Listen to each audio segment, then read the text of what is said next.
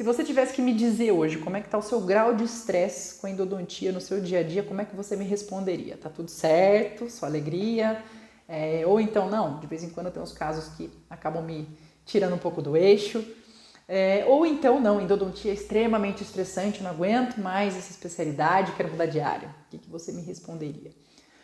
Bom, a gente recebe diariamente depoimentos, aqui desabafos, na verdade, de colegas que fazem endodontia no seu dia a dia e que têm um alto grau de estresse dentro da especialidade. E eu tô aqui para falar para você que não precisa ser assim e que, muito pelo contrário, a endodontia ela pode ser uma especialidade extremamente gratificante para o profissional, tendo em vista que a gente tem a chance de tirar um paciente, muitas vezes, de um quadro de dor aguda ou de ajudar esse paciente a controlar um quadro de infecção e permitir que esse paciente tenha a sua saúde restabelecida, ou seja, dá para a gente ter uma satisfação profissional extremamente grande com essa especialidade, assim como toda especialidade dentro da odontologia, mas endodontia, né, porque exatamente eu sou uma apaixonada pela área. Bom, e para te ajudar nesse sentido, se é o seu caso, se você tem um dia a dia aí de alguma forma estressante dentro da endo, eu vou colocar 5 pontos para você parar, realmente tira o seu tempo aí, tá? Reveja esses 5 pontos para você poder identificar da onde que vem o seu maior grau de estresse ou de quais pontos que vem o seu maior grau de estresse e dessa forma você vai conseguir trabalhar cada um ou todos esses pontos de uma maneira muito mais assertiva, muito mais direcionada e trazer mais satisfação, mais prazer aí para o seu dia a dia de prática clínica, certo? Muito bem. Primeiro ponto veja como é que está o seu manejo de dor do paciente. Se você quiser responder aqui nos comentários, dividir aqui com a gente cada um desses pontos, fica à vontade, mas se não, você anota aí para você, mas escreve num papel mesmo para você tomar bastante consciência disso. Então, como é que está o manejo do seu paciente? Porque muitas vezes o desafio de um colega, de um profissional ali diante de um tratamento endodôntico não está nem na complexidade anatômica, não está nem na curvatura acentuada, nem no canal constrito, mas está em lidar com um paciente que às vezes é um paciente mais ansioso, um paciente mais difícil e um paciente um pouco mais nervoso e que gera todo aquele estresse extra, aquela atmosfera terrível para a gente trabalhar.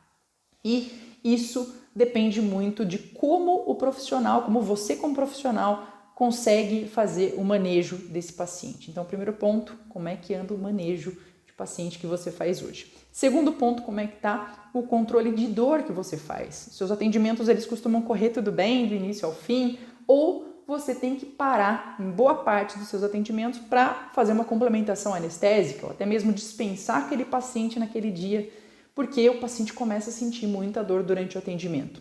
Então, vamos lá, como é que está o seu controle de dor? Terceiro ponto para você analisar é como é que está o planejamento dos seus casos. Você consegue fazer um bom planejamento dos seus casos? Aliás, você faz planejamento dos seus casos? Você para na radiografia, coleta todos os dados clínicos, os testes clínicos e aí você, antes de você colocar a mão na massa, você já sabe o que você vai ter que fazer? Você sabe quais manobras você vai ter que usar, quais estratégias que você vai ter que lançar a mão?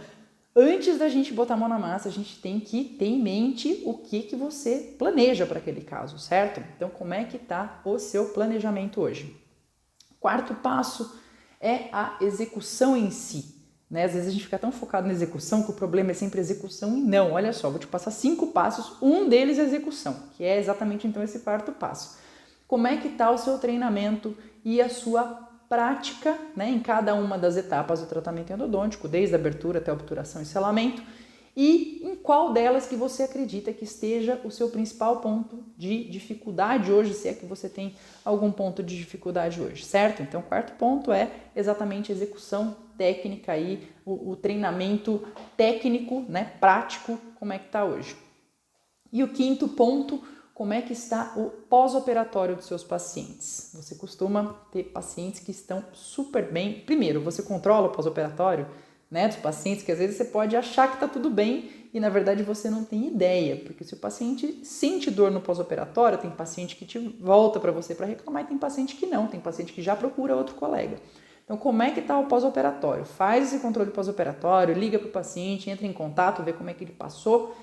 E se você nota que a maioria dos seus pacientes tem um pós-operatório que não está legal, Isso pode, inclusive, então, ser um ponto de estresse para você. É aquele colega que fala, poxa, endo só dá dor de cabeça, porque depois o paciente volta reclamando de dor, seja no pós-operatório imediato, seja no pós-operatório mediato, algumas semanas ou meses depois. E se o problema está aí, a gente tem que descobrir também.